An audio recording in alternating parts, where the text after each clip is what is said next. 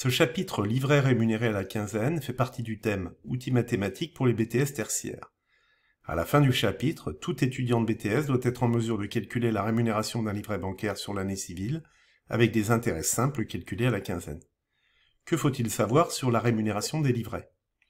Les organismes bancaires reçoivent des dépôts sur divers livrets, livret A, livret B, LDDS et autres. Ces livrets sont réglementés et rémunérés à la quinzaine.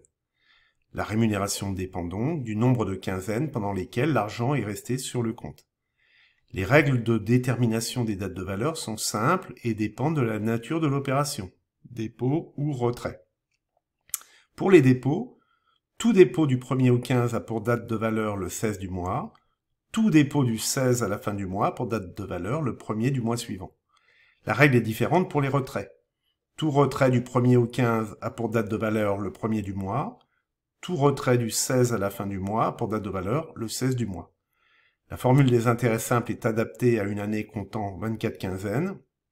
La formule est donc I égale capital fois taux d'intérêt annuel fois Q le nombre de quinzaines divisé par 24.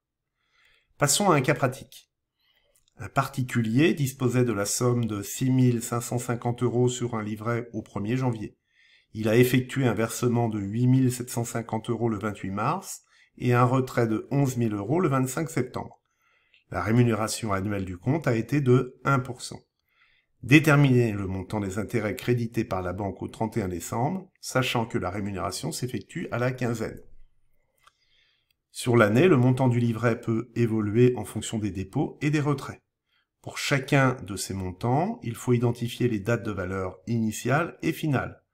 Ainsi, à chaque montant successif sera affecté un nombre de quinzaines. Les intérêts associés à chaque montant successif du livret sera ainsi calculé très facilement.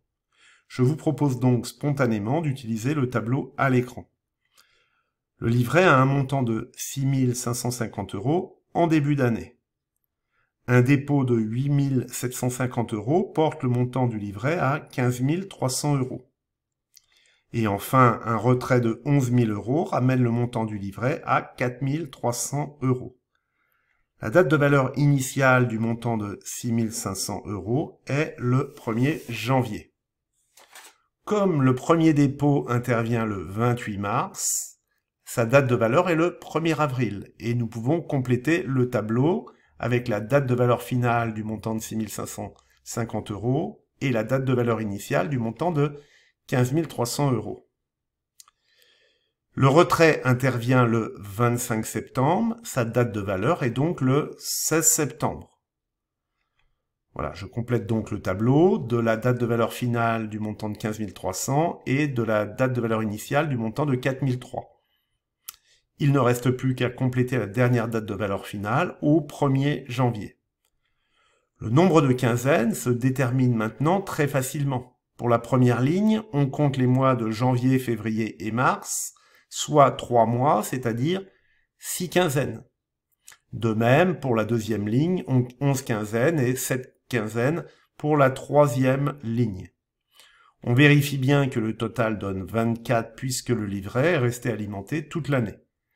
Alors, le calcul des intérêts s'effectue simplement ligne par ligne et on obtient donc un montant total pour l'année de 99,04 €.